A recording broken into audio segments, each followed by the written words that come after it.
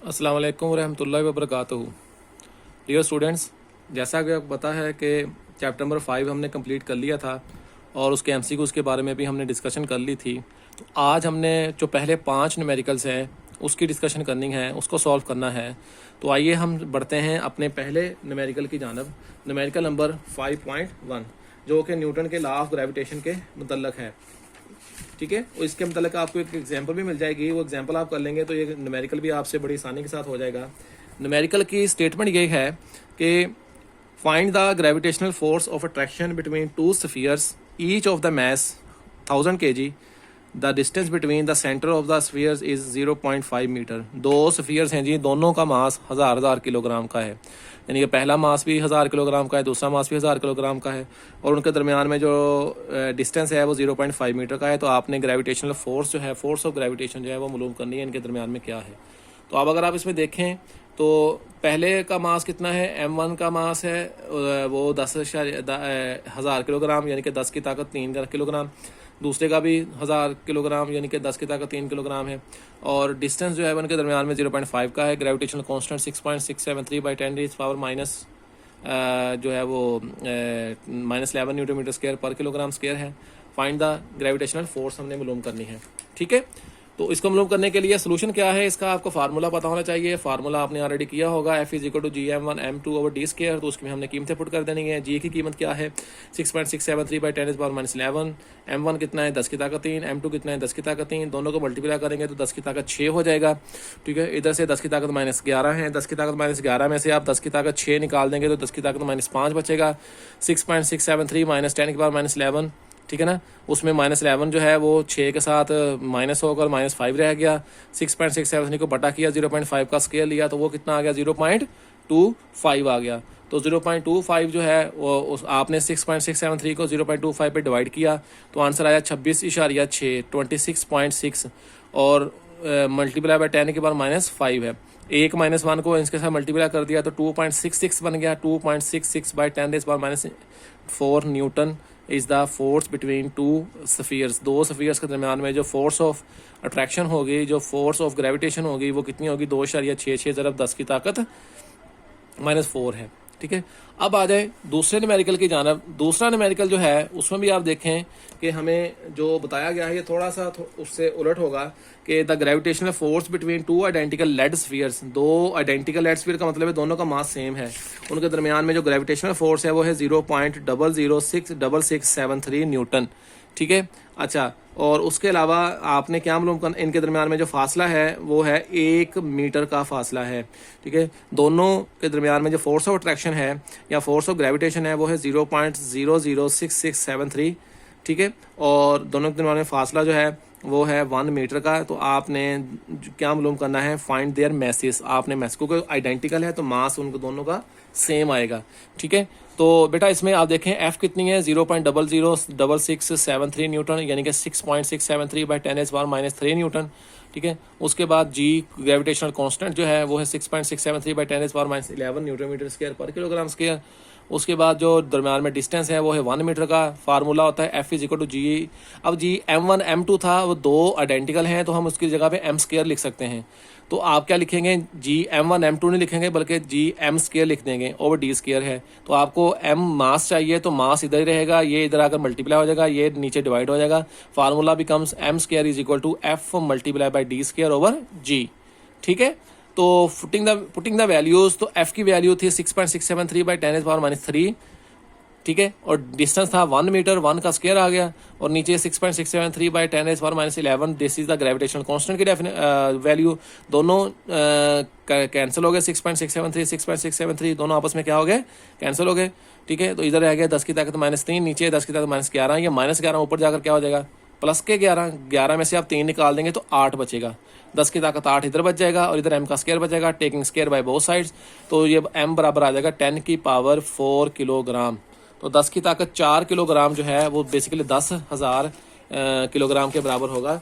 तो इसका मतलब ये हुआ कि पहले सफ़ियर का मास जो है वो भी 10,000 किलोग्राम होगा। ठीक है, और दूसरा जो है उसका भी 10,000 किलोग्राम ही होगा, 10⁴ kg। किताब पे 10⁴ kg ही लिखा होगा। ठीक है, उसके बाद आपका न्यूमेरिकल नंबर जो 5.3 है, 5.3 जो है वो मार्स के मतलब है, मरीख के मतलब है। ठीक है, तो उसकी जो बनती है find the acceleration due to gravity on surface of the Mars, वैसे ये 3.377 होती है। ठीक है, मरीख के ऊपर आपने ग्रेविटी मालूम करनी है, gravitation acceleration due to gravity. The mass of the Mars जो है वो 6.42 बाई 10⁻23 kg है, और इसका जो रेडियस है वो 3370 किलोमीटर है, यानी कि 3370 किलोमीटर है। तो आपने क्या मालूम करना है, आपने इसका एक्सेलेरेशन ड्यू टू ग्रेविटी मालूम करना है। फार्मूला में इस्तेमाल करेंगे Gm/r² का फार्मूला इस्तेमाल करेंगे। तो m की कीमत क्या है, 6.42 by 10⁻23। Mass of the Mars, radius of the Mars है 3370 किलोमीटर, जिसको हम करेंगे 3.37। तो ये 1 2 3 10 की ताकत 3 और किलो का भी 10 की ताकत 3, 3 × 3 6, 10 की ताकत 6 मीटर बन गया।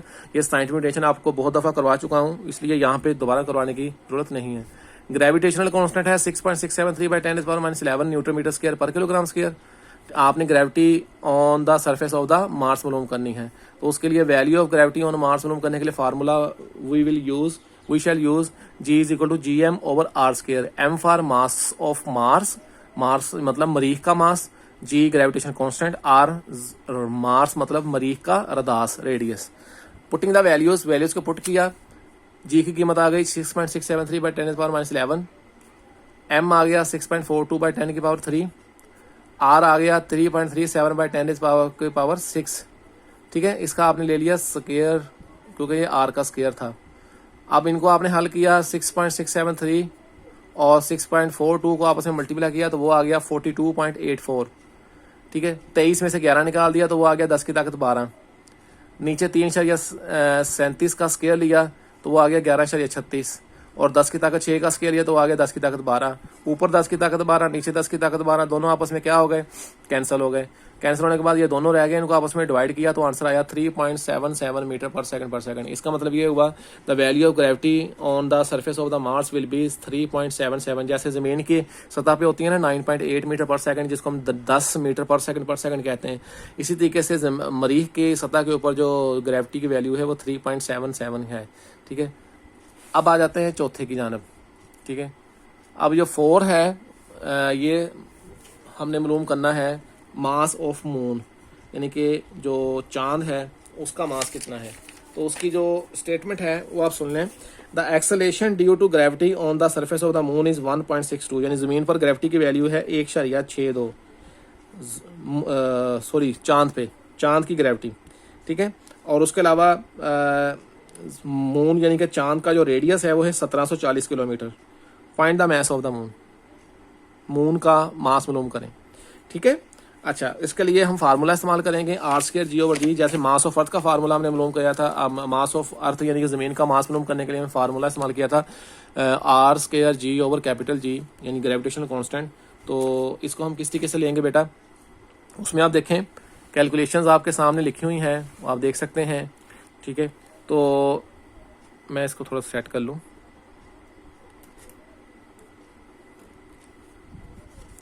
अब देखें ज़रा, रेडियस मून का 1740 किलोमीटर है, जिसको हम 1.74 ज़रब 10 की ताकत 6 कहेंगे। ग्रेविटी मून पे ऊपर होती है 1.62, gravitation constant 6.673 by 10⁻11 newton metre square पर किलोग्राम स्क्वायर। ये हर दफ़ा आ रहा है क्योंकि ग्रेविटेशन कांस्टेंट न्यूटन के लॉ ऑफ ग्रेविटेशन का हिस्सा है। मास ऑफ मून मालूम करना है आपने, तो m बराबर आ गया R²G/G। पुटिंग द वैल्यूज़, आप वैल्यूज़ को पुट कर दें। ठीक है, तो R² की वैल्यू क्या है 1.74 बाई 10⁻6। ठीक है, रेडियस ऑफ मून था, उसको आप स्केल ले लिया, G है 1.62 और ग्रेविटेशनल कांस्टेंट ये 6.673 बाई 10⁻11। अब 1.74 और 1.62 को मल्टीप्लाई किया तो ये आंसर आ गया 3.028। ठीक है, ठीक है, और 6 की ताकत 2 यानी 6 2 बार 12, 6 की ताकत 2 नहीं, 6 अंदर है 2 बाहर है, तो ये 10 की ताकत 12 आ गया। साथ 1.62 है, ओवर है 6.673 बाई 10⁻11। अब इसको हमने हल किया। अब इसमें देखें आप कि 0.7350 10 की ताकत 23 आया, इसका एक 10 हमने इसका मल्टीप्लाई कर दिया तो 7.35 बाई 10⁻22 किलोग्राम जो है वो आया है। ठीक है, अच्छा, अब हम जो है वो देखते हैं कि पांचवा जो न्यूमेरिकल है वो कौन सा न्यूमेरिकल है। पांचवा न्यूमेरिकल है ज़मीन की सतह से 3600 किलोमीटर की बुलंदी पर जी की कीमत मालूम करें। Calculate the value of g at the height of 36 kilometre above the surface of the earth. ज़मीन की सतह तक तो रेडियस ज़मीन का होगा 6400 किलोमीटर। उस ज़मीन की सतह से हमने ऊपर जाना है, यानी कि मैं ये कह सकता हूँ, डायग्राम बना के आपको दिखा सकता हूँ। ये अगर ज़मीन है तो ज़मीन की सतह तक रेडियस आर और ऊपर 3600 किलोमीटर और जाना है तो वो एच होगा। तो आर प्लस एच बेसिकली जो है वो हम लोगों ने हासिल करना है। रेडियस है 6400 किलोमीटर का और एच है 36 किलोमीटर का। आर प्लस एच होगा 6400 किलोमीटर जमा 3600 किलोमीटर तो 10,000 किलोमीटर, जिसको हम राउंड अबाउट करके करेंगे 1 ज़रब 10 की ताकत 7 मीटर। ज़मीन का मास होता है, ज़मीन का मास है जी 6 ज़रब 10 की ताकत 24 किलोग्राम। ग्रेविटेशनल कांस्टेंट वही 6.673/10⁻11, ठीक है, न्यूटन मीटर स्क्वायर पर kilogram square. Gravity due to height आपने मालूम करनी है। फार्मूला होता है इसका GME/R + H। G for gravitational constant, ME for mass of earth, R for radius of earth, H for height of the object from the surface of the अर्थ, ठीक है। तो G की कीमत आपने लगा दी 6.673/10⁻11। M की कीमत लगा दी 6 ज़रब 10 की ताकत 24 और R + H आपने लगा दिया 1 ज़रब 10 की ताकत 7 का स्क्वायर। तो 6,673 और 6 मल्टीप्लाई हो गया 40.038। 24 में से 11 निकाल दिया तो 13 बच गया। इधर नीचे आ गया 10 की ताकत 7 2 बार 14 आ गया। 14 ऊपर जाकर 13 में माइनस होकर 10 आ गया। 10 ने 40 या 038 के साथ मल्टीप्लाई हुआ तो बेसिकली यानी कि 13 को आप नीचे लेके चले गए, 14 में से 13 माइनस हो गए तो नीचे सिर्फ 10 रह गया। 40.038 को यानी कि 40.038 को आपने डिवाइड कर दिया 10 के ऊपर तो आंसर आया 4.0 मीटर पर सेकंड। यानी कि ज़मीन की सतह से 3600 किलोमीटर ऊपर की बुलंदी पे जाकर जो वैल्यू ऑफ जी होगी वो होगी विल बी 4.0 मीटर पर सेकंड। तो ये थे आपके पहले 5 न्यूमेरिकल्स। आई होप आपने उसको अच्छे तरीके से अंडरस्टैंड कर लिया होगा। इसको आप ये इसकी प्रैक्टिस ही होती है, इसको आप बार बार जो है वो लिख के याद करके देखें तो आपको इंशाअल्लाह याद हो जाएगा। ठीक है, अपना ख्याल रखिएगा। अल्लाह हाफिज़।